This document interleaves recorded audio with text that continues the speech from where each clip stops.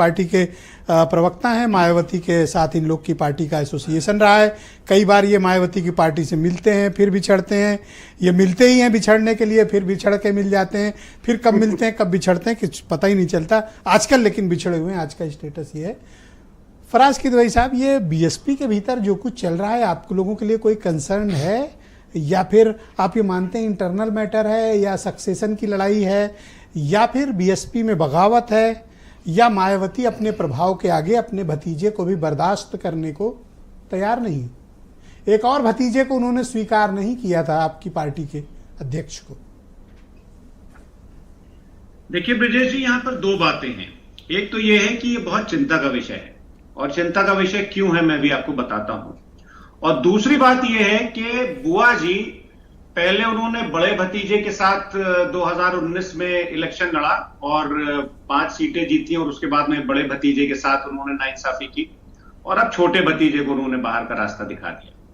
लेकिन यह बात ब्रजेश जी तय है और वेल स्टैब्लिश्ड है कि माननीय बहन जी इस देश की बहुत बड़ी नेता है, और यह भी सच है कि उन्होंने इस देश के पीढ़ियों को सम्मान दिलाने के लिए बहुत काम किया है।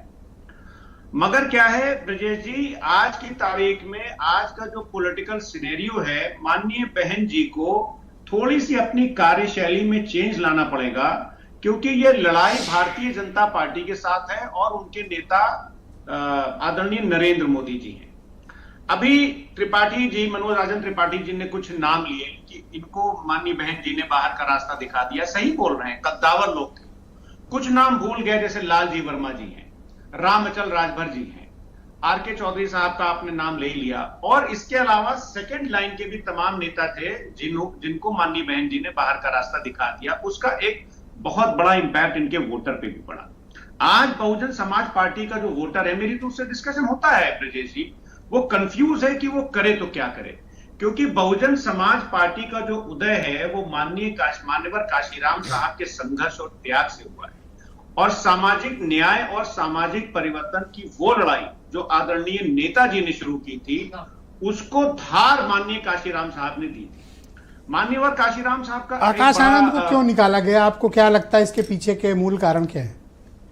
ब्रजेश जी, मैं कोई बहुत बड़ा पॉलिटिकल पंडित नहीं हूं। आकाश आनंद जी फिर वापस आएंगे, इसी पार्टी में आएंगे, और बहन जी उनको वापस लेंगे। ये अगर आप बहुजन समाज, क्या कोई शर्त रखी गई है कि अशोक सिद्धार्थ से सारे रिश्ते तोड़ लो?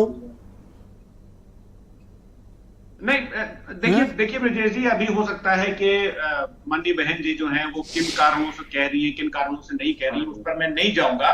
लेकिन मैं एक बात का कमिटमेंट आपके चैनल के जरिए इस देश के करोड़ों दलितों को देना चाहूंगा कि मान्यवर काशीराम साहब का जो मिशन और मूवमेंट था, उसकी मशाल अब आदरणीय अखिलेश यादव जी, यह है आपदा में अवसर तलाशने की बात। धन्यवाद सर, बहुत शुक्रिया आपका।